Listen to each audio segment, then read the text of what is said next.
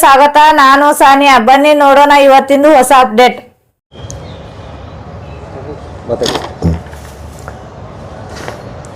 ಇವತ್ತು ನಮ್ಮ ಕರ್ನಾಟಕ ಸರ್ಕಾರದ ಮುಖ್ಯಮಂತ್ರಿಗಳು ಇವತ್ತು ಬಜೆಟ್ ಮಂಡಿಸಿದ್ದಾರೆ.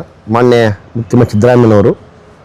ಆದರೆ ಇವತ್ತು ನಿಜವಾಗಿಯೂ ಕೂಡ ಇದು ಬಜೆಟ್ಟು ಇದು ಜನಪರ ಇಲ್ಲ.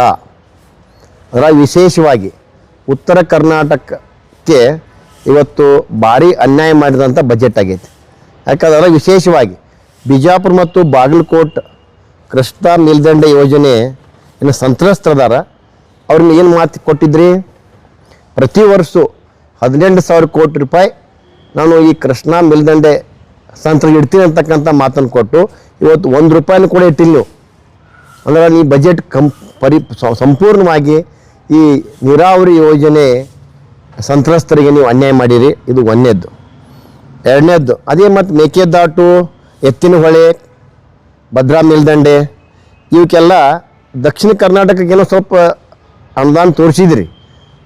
ಆದರೆ ಉತ್ತರ ಕರ್ನಾಟಕಕ್ಕೆ ನೀವು ಅನ್ಯಾಯ ಮಾಡಿರಿ. ಆದರೆ ವಿಶೇಷವಾಗಿ ಬಿಜಾಪುರ ಜಿಲ್ಲೆಯ ಬಾಗಲಕೋಟೆ ಮತ್ತು ಬಿಜಾಪುರ ಜಿಲ್ಲೆಯ ಈ UKPಗೆ ಭಾಳ ಅನ್ಯಾಯ ಮಾಡಿ, ಈ ಪ್ರಾಜೆಕ್ಟ್ಗೆ ಅನ್ಯಾಯ ಮಾಡಿರಿ.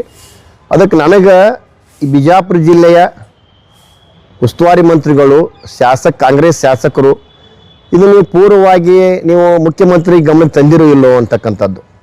ಯಾಕಂದ್ರೆ ನಾನು ಕೂಡ ಸಾಕಷ್ಟು ಸಲ ಇದಕ್ಕಿಂತಲೂ ಪೂರ್ವದಲ್ಲಿ ಪತ್ರಿಕಾಗೋಷ್ಠಿಗಳನ್ನು ಮಾಡಿ ನಾನು ನಿಮ್ಮ ಉಸ್ತುವಾರಿ ಮಂತ್ರಿಕೊಂಡು ಎಲ್ಲರಿಗೂ ಮನವಿ ಮಾಡಿದ್ದೀನಿ. ನೀವು ಬಿಜಾಪುರ ಜಿಲ್ಲೆಯ ವಿಚಾರವಾದಿಗಳನ್ನು, ರೈತ ಮುಖಂಡರನ್ನು ಕರೆದು ಒಂದು ಪೂರ್ವಭಾವಿ ಸಭೆಯನ್ನು ಮಾಡಿರಿ. ಅವರ ವಿಷಯಗಳನ್ನು ಕುರಿತು ಮುಖ್ಯಮಂತ್ರಿ ತಿಳಿಸಿ ಬಜೆಟ್ ಇರ್ತಕ್ಕಂಥ ಪ್ರಯತ್ನ ಮಾಡ್ತಿದ್ದೀನಿ. ಆದರೆ ಕೆಲಸ ನೀವು ಮಾಡಿಲ್ಲ.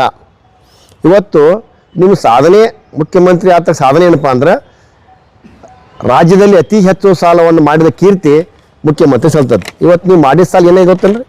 ಇವತ್ತು ಒಬ್ಬ ಕನ್ನಡಿಗನ ಮೇಲೆ 1,17,000 ರೂಪಾಯಿ ಇವತ್ತು ತಲೆ ಮೇಲದ ನೀವು ಮಾಡಿದ ಸಾಲ. ಅತಿ ಹೆಚ್ಚು ಸಾಲ ಮಾಡಿದ ಕೀರ್ತಿ ನಿಮಗದ. ಅದಾಗ ವಿಶೇಷವಾಗಿ ಈ ಬಿಜಾಪುರ ಜಿಲ್ಲೆಗೆ, ಯಾಕಂದ್ರೆ ಬಡ ಮಕ್ಕಳು ಕೂಡ ಇವತ್ತು ಶ್ರೀಮಂತರು ಮೆಡಿಕಲ್ ಕಲಿತಾರೆ. ಇವತ್ತು ಬಡ ಮಕ್ಕಳಿಗೆ ಕೂಡ ಅನುಕೂಲ ಆಗಲಿ.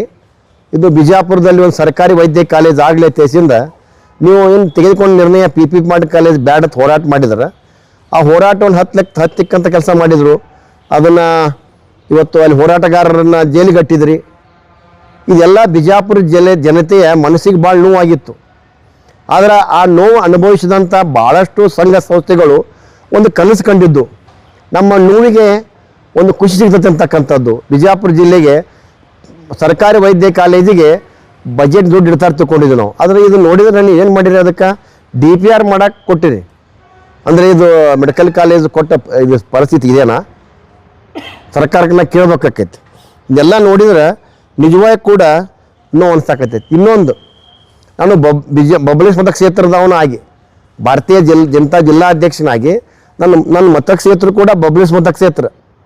ಇವತ್ತು ಬಾಬಾನಗರದಲ್ಲಿ 0.6 TMC 620 ಕೋಟಿ ಇದಕ್ಕೇನು ಮಾಡಿರಿ ನೀವು? ಇದು ಕೂಡ ಅದೇ ರೀತಿ. ಇದಕ್ಕೇನು ದುಡ್ಡು ಇಡಬೇಕಲ್ಲ? ಬಜೆಟ್ ಅಂದ್ರೆ ಏನು ದುಡ್ಡು ಹಿಡಿದು? ಇದು ರಾಜಕೀಯ ಪ್ರಚಾರದ ಭಾಷಣ ಅಲ್ಲ. ಈ ಬಜೆಟ್ ಹೆಂಗಾಗ್ಯದ ಅಂದ್ರೆ ಇದು ರಾಜಕೀಯ ಪ್ರಚಾರ ಭಾಷಣ ಆಗೈತೆ ಹೊರತು ಇದಕ್ಕೆ ಬಜೆಟ್ ಅನ್ನೋಕೆ ನಾನು ಸಿದ್ಧನಿಲ್ಲ. ಈ ರೀತಿ ಇದು ಮತ್ತು ತೊರವಿಯಲ್ಲಿ ಕೂಡ ಒಂದು ಕೋಲ್ಡ್ ಸ್ಟೋರೇಜ್ ಅನೌನ್ಸ್ ಮಾಡಿದ್ರಿ. ಆಲ್ರೆಡಿ ಒಂದು ಕೋಲ್ಡ್ ಸ್ಟೋರೇಜ್ ಒಂದು ನಡೆದಿದೆ, ಅದಕ್ಕೆ ಕಂಪ್ಲೀಟ್ ಆಗಿಲ್ಲ. ಇನ್ನು ಅದಕ್ಕಾಗಿ ಅದನ್ನೇ ನೀವು ತೋರಿಸಿದ್ರು. ಅಥವಾ ಇನ್ನೊಂದು ಬಜೆಟ್ ನನಗೆ ಅದನ್ನು ತಿಳ್ಕೊಬೇಕು. ಒಟ್ಟಾರೆ ಈ ಸರ್ಕಾರ ಬಿಜಾಪುರ ಜಿಲ್ಲೆಗೆ ಅನ್ಯಾಯ ಮಾಡಿದೆ ಹೇಳಕ್ಕೆ ನಾನು ಈ ಬಜೆಟ್ ಇದು ಜನಸಾಮಾನ್ಯ ಖುಷಿ ತರೋದಲ್ಲ. ಇದು ಬಜೆಟ್ ಪರಿಪೂರ್ಣ ಇದು ವಿಫಲ ಆಗೈತಿ.